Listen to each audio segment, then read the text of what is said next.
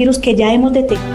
9:17 minutos, estamos en época de anuncio de incrementos, de alzas para el año entrante, para el 2026, y una de ellas es el seguro obligatorio para accidentes de tránsito, el famoso SOAT. El gobierno está proponiendo modificaciones, que el SOAT no sea un seguro sino un impuesto y que haya algún tipo de diferenciación en cuanto a motos, aunque yo creo que eso ya existe, no estoy seguro, pero por cilindraje creo que ya hay diferenciación, no sé si en el SOAT, pero sí en los impuestos.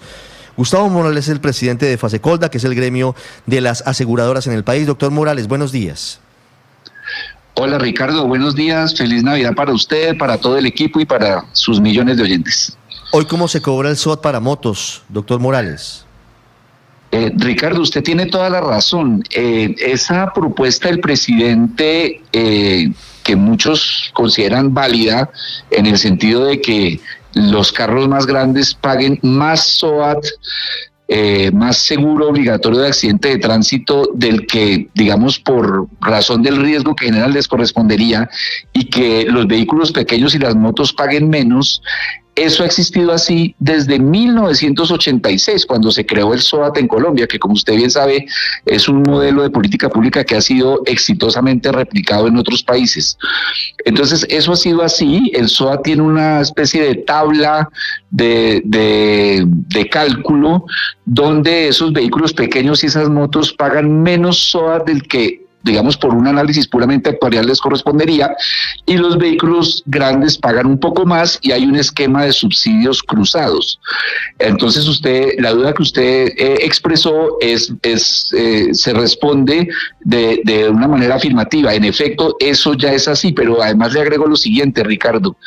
El presidente tal vez olvidó que él mismo, al inicio de su gobierno, por allá en diciembre del 2022, expidió un decreto que, si cabe, reforzaba o agudizaba o profundizaba más bien este esquema de subsidios cruzados, porque le puso un tope a la forma como debe incrementarse el SOAT para las motos y para los vehículos de servicio público. Entonces, digamos, profundizó aún más este esquema de subsidios cruzados. De pronto, de modo que, en resumen, Ricardo, esta idea del presidente no es novedosa, no es descabellada, ya existe, su propio gobierno la ha profundizado, y así ha funcionado el SOAT durante 40 años, de manera que ha sido muy útil para el sistema de salud, para las IPS, ha logrado descongestionar las urgencias,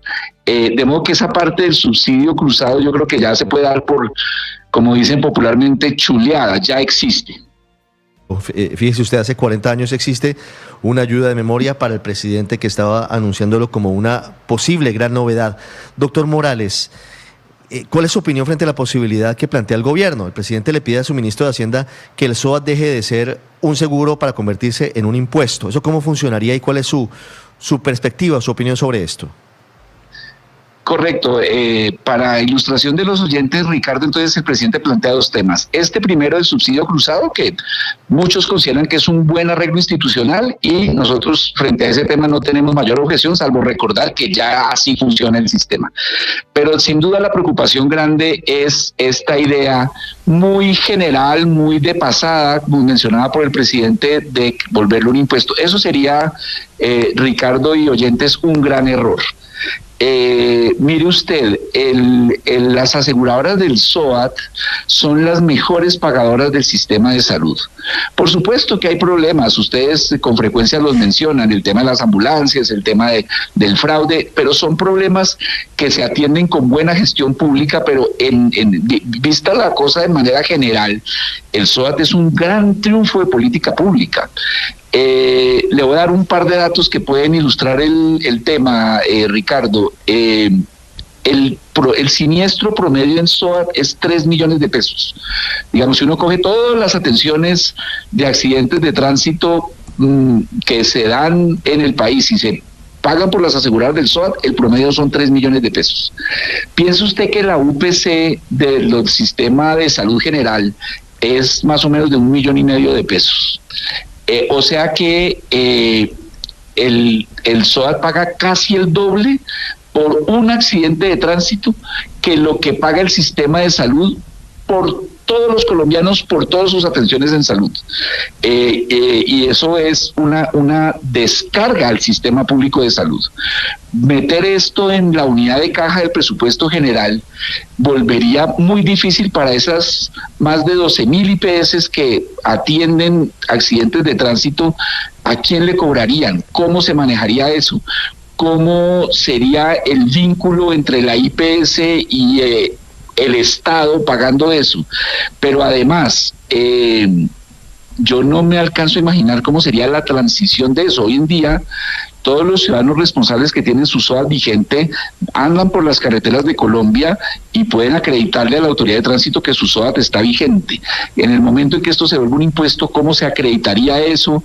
¿Cómo sería esa transición? En fin, creo que estaríamos renunciando a un buen sistema que es, digamos, de los aspectos más rescatables de nuestro gran sistema de seguridad social en salud, para convertirlo en un impuesto más que sacrificaría 1.000 cosas positivas en términos de eficiencia, en términos de flujo de recursos, para enredarlo en una maraña burocrática que además iría sobre todo en perjuicio de las víctimas de accidentes de tránsito.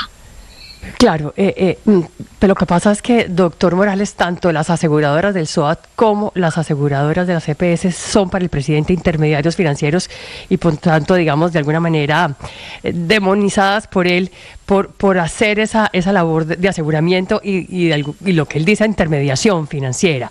Quiero hacerle una pregunta concreta. ¿Esto acaso no formaba parte de la reforma a la salud? Si, como usted explica, pues está íntimamente ligado con la UPC, con los accidentes, con lo que tiene que cubrir el sistema, quién, cómo se paga. ¿Esto no debía ser parte de una gran reforma que pase por el Congreso?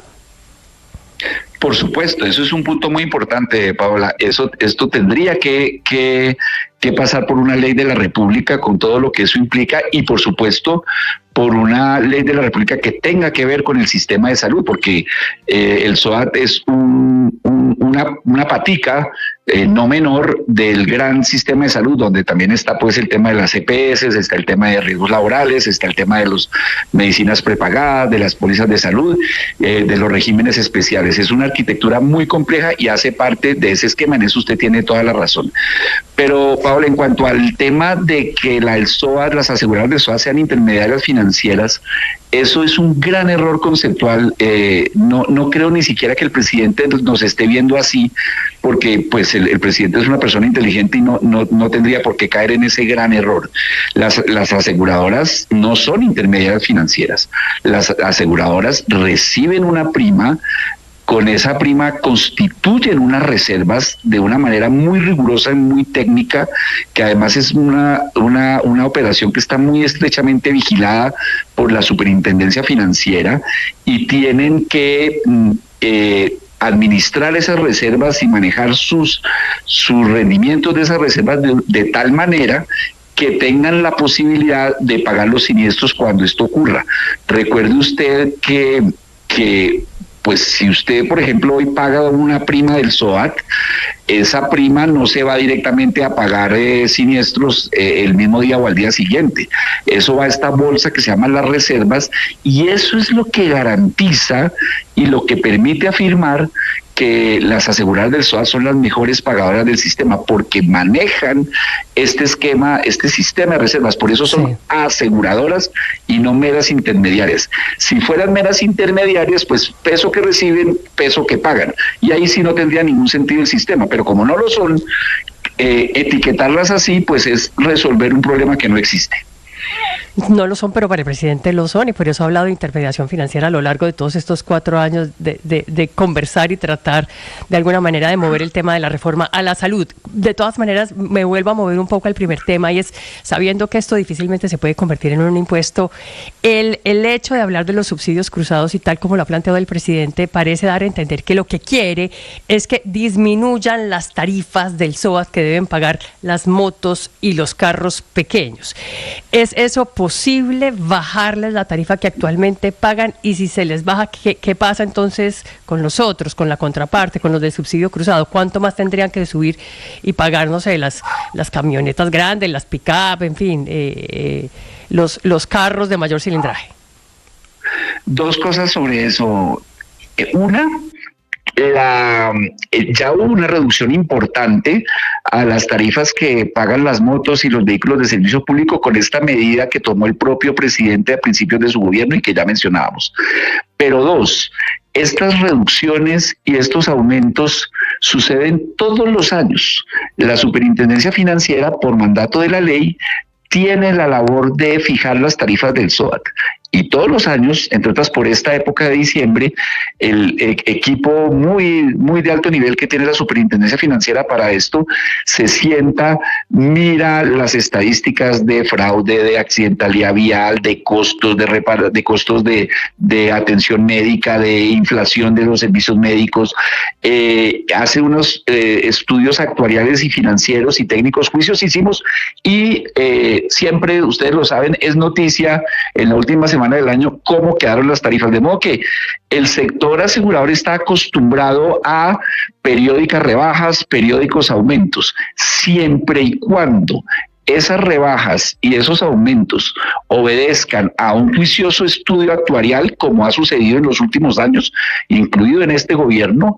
El sector asegurador sabe vivir con eso y puede vivir con eso, de modo que no es una novedad. Lo grave sería, que creo que es lo que está subyacente a su pregunta, si fuera una disminución de las tarifas basada en una decisión política, en una decisión populista, sin fundamento en estudios actuariales. Pero nosotros en eso estamos supremamente tranquilos, porque el rigor que ha demostrado la Superintendencia Financiera en ese ejercicio en los últimos años es una carta de tranquilidad para esos efectos. Habrá disminuciones en algunas categorías de vehículos, habrá aumentos en otras, todo depende de lo que dé el estudio actuarial. Doctor Morales, una última pregunta que me están planteando a los oyentes. ¿Por qué se ha...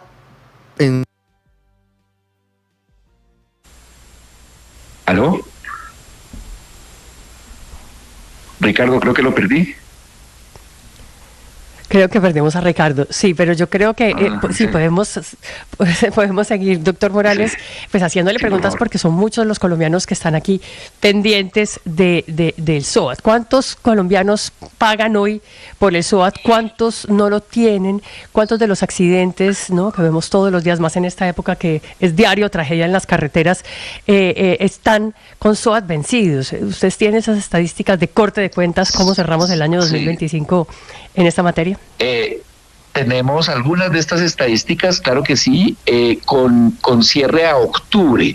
Habrá que ver, habrá que revisarlas a 31 de diciembre, porque diciembre es un mes muy movido en temas de SOAT, tanto porque mucha gente renueva su SOAT o adquiere su SOAT en diciembre antes de salir a carretera, y segundo, porque pues aumenta la accidentalidad vial en los últimos años. Esperemos que este año no suceda lo mismo, pero para darle unos datos que sirven de orientación, mire, en el año, a noviembre, tenemos que hubo 1.154.000 personas víctimas de accidentes viales.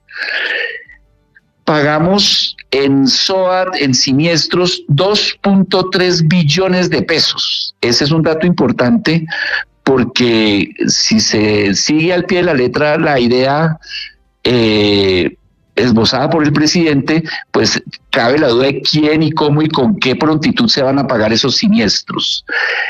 En el tema específico de las motos, tenemos que hay 13.3 millones de motos registradas.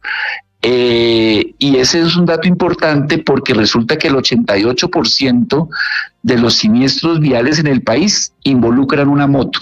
Luego, no es un dato menor.